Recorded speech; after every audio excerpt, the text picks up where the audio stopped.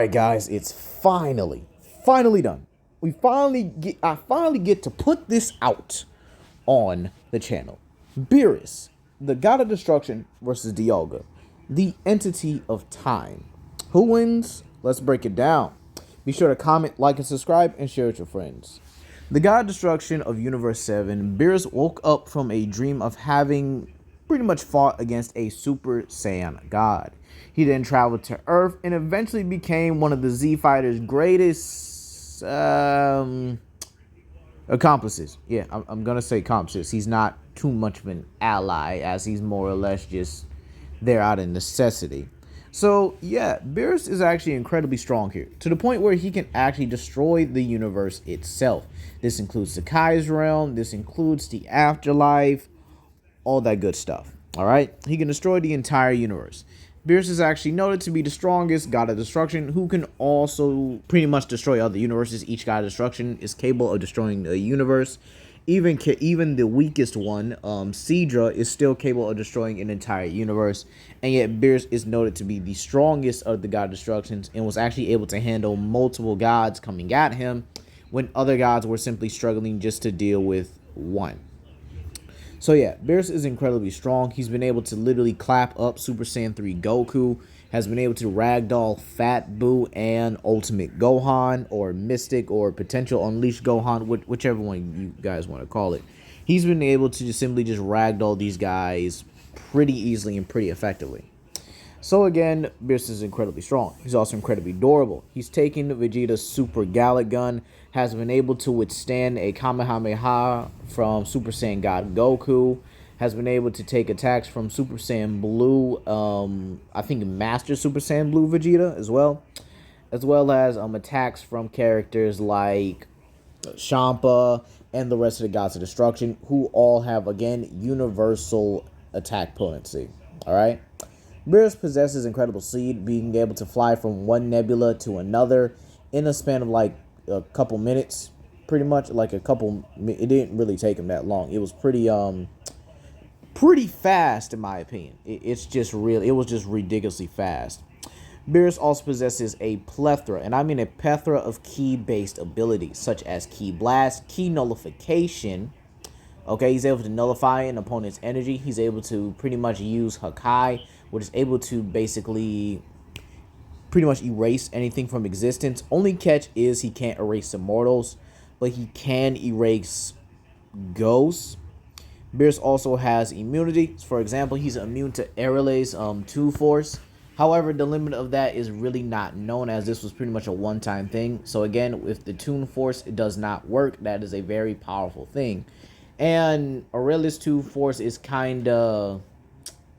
it's kind of iffy. It's not in the same category as characters like Bugs Bunny or Daffy, or even, I'd even have to say, in some categories, like Tom and Jerry.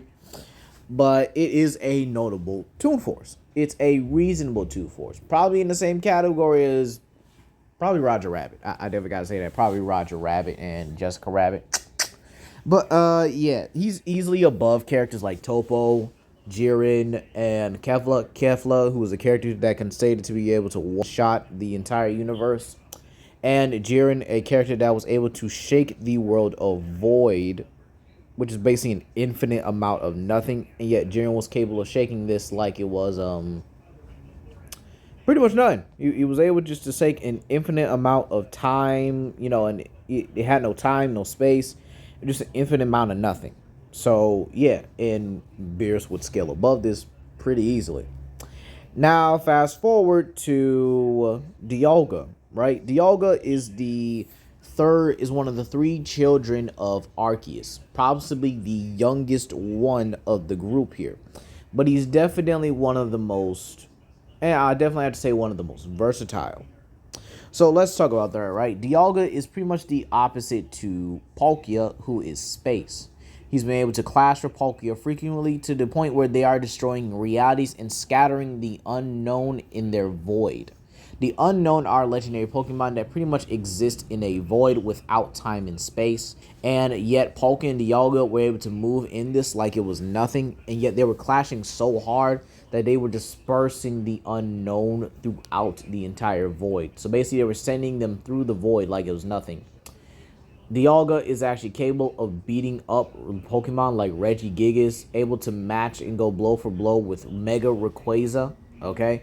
The same Mega Rayquaza that was able to fight off and even hold his own against Giratina. He's even been able to break free of Giratina's grasp on a couple of occasions, and would be above Pokemon such as Zygarde, who is capable of holding all the universes in Pokemon.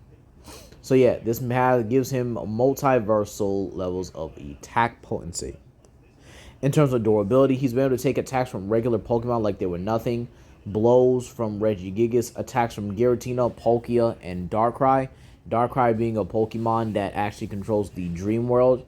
The Dream Dimension is pretty much a conceptual plane, a plane that the user should have free control over. This even includes your nightmares as well, as Darkrai simply is able to feed off, well, the nightmares of, and pretty much the nightmares of people and Pokemon. So again, with this being said here, and pretty much being able to kill the god of this plane as well, Dialga is massively above the concept of dreams, or at least the concept of imagination.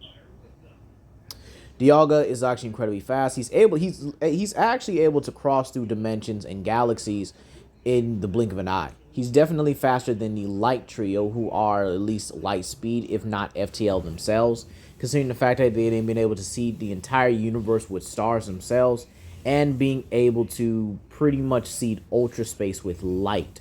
Necromaza pretty much absorbed all the light in ultra space within the span of like a couple seconds. Like it barely was even time. Okay, like he just popped up, absorbed all the light in ultra space, and it was done. All right. Rayquaza will all scale above Pokemon like Yveltal and Xerneas, who have been able to seed and kill the entire universe. Pretty much, Yveltal was able to spread death throughout the entire universe, while Xerneas was able to just counter it as soon as Yveltal left, by the way, with life. Otherwise, they would have been in an eternal stalemate. So yeah, that's pretty much it for both characters. So let's see who pretty much wins more often than not. So right now we kind of get into the, oh wait, I almost forgot. Haxes. Dialga is a master time manipulator. He's able to stop it, freeze it, and accelerate it. So he can pretty much de-age, stop someone, freeze someone, and pretty much just rewind time on a universal, if not multiversal scale. So again, Dialga is pretty broken when it comes to power. All right, he possesses a couple moves like Hyper Beam, Sonic Voice, or Hypersonic. Okay, Dragon Pulse, Draco Meteor, basically all Dragon type attacks pretty much apply to him, considering legendary Pokemon have been able to use all forms of Dragon type attacks. So yeah, let's begin. Let's begin this breakdown here. Now these two meet on an equal playing field, right? So these guys basically have, just about, an equal playing field. They're in a neutral territory. We'll say it's, what's a good place here? Let's say they meet in the Digimon world. Let's say that. Let's say they meet in the Digimon world and they fight there. No outside help or, any interference or whatever. We could say Whis and Arceus are watching this death battle happen and they kind of just orchestrated it. So, yeah, let's begin, right? So, in starters, when it comes to physical might, I do have to say that Giratina does take the edge when it comes to strength, durability, and overall speed, while Beeurs definitely takes the IQ, the battle IQ, and the and the skill advantage, because Beers is a good hand-to-hand fighter. So with those kind of edges here, it comes down to basically kind of like Haxes in a way.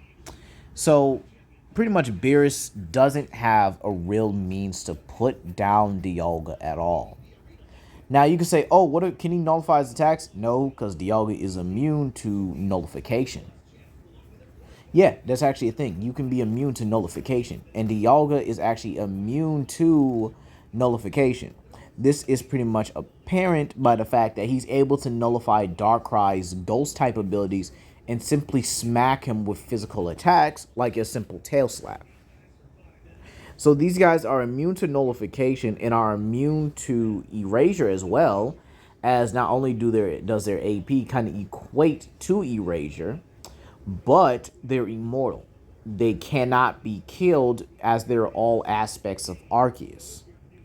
There's also the sheer fact that if, Beerus goes full power, Dialga can simply go into his true form, which exists beyond the multiverse, is in the same realm as Arceus and Giratina. Yes, Giratina is above Dialga and Palkia's true forms, and that's been apparent for years. It's very possible Giratina's legged form is the true form that he has. So it's very possible Beerus won't even be able to perceive an attack from true form Dialga. So in all honesty, guys, I think Dialga kind of wipes here pretty much with negative difficulty.